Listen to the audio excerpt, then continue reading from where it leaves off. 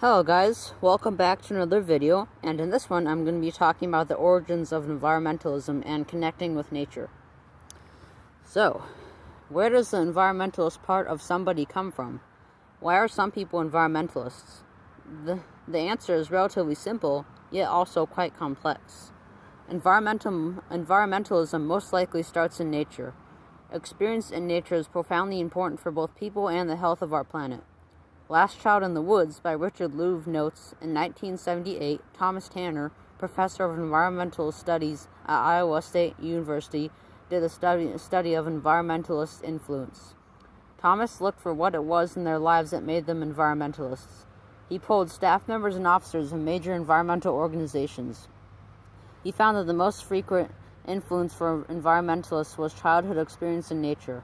I can say from that statement and my own experience in nature that a deep care for the natural world comes from hands-on experience in nature, including walking, sauntering, forest bathing, hiking, biking, camping, swimming, climbing trees for fun, and likely more.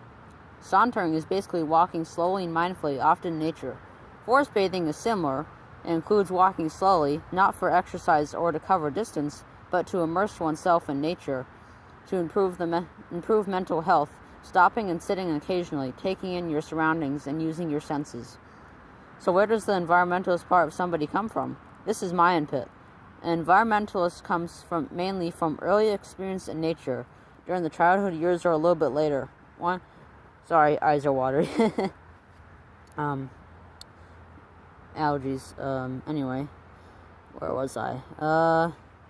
One can know about global warming, the Amazon deforestation, and so on, but if they do not have a strong connection and care for nature, there is a big piece of the puzzle missing. When one connects with nature, they often, as a result, love and want to protect nature.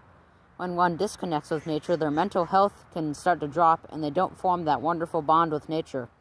I would describe my environmentalism like a tree. It has grown slowly over the years, so much so that it is now rooted deep and strong in my heart. It will not uproot. A good amount of it has been gained in the past 2 years. Bird watching, climbing trees, taking pictures of trees, hiking, snowmobiling, camping, and sauntering. I've also been on walks for nature in my entire life, but nature did not strike me as brilliant years ago, but eventually that tree in my heart pumped out the growth. I went from watching mesmerizing mini rivers created by the hose to watching birds and climbing trees. Not until very recently have I separated from the tempting images of technology. Nature has always nourished me. Unfortunately, most people are now out of touch with nature, lost in our industrialized world. We have created environments that separate us from nature and as a result deteriorate our health. Kids and adults alike have low contact with nature anymore. But what shape will our mental and physical health be in the future? In my opinion, there are two things somebody must have to be an environmentalist. Knowledge of the natural world and of its issues, and two, a deep care for nature. In fact, in my opinion, early experience in nature and a care for it may be more important than learning about global warming and other issues of the natural world. To put it simply, environmentalism comes from experience in nature and knowledge of nature. Exposure to nature is essential. So, summary of what I just read. Environmentalism comes from experience in nature and knowledge of nature. Experience in nature is maybe the most important part of being an environmentalist later on.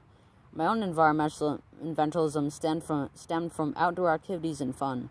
I believe every individual should have early exposure to nature rooted deep in their hearts and memories. Hands-on exposure to nature is essential both for us and for the health of the planet. Today, indoor distractions separate many children and adults from nature, eliminating any chance of them developing a deep care for the natural world. Great books to read about connecting with nature are Your Guide to Forest Therapy by Amos Clifford, Last Child in the Woods by Richard Louv, and The Nature Principle by Richard Louv. And there's plenty more out there like that, believe me. But, yeah.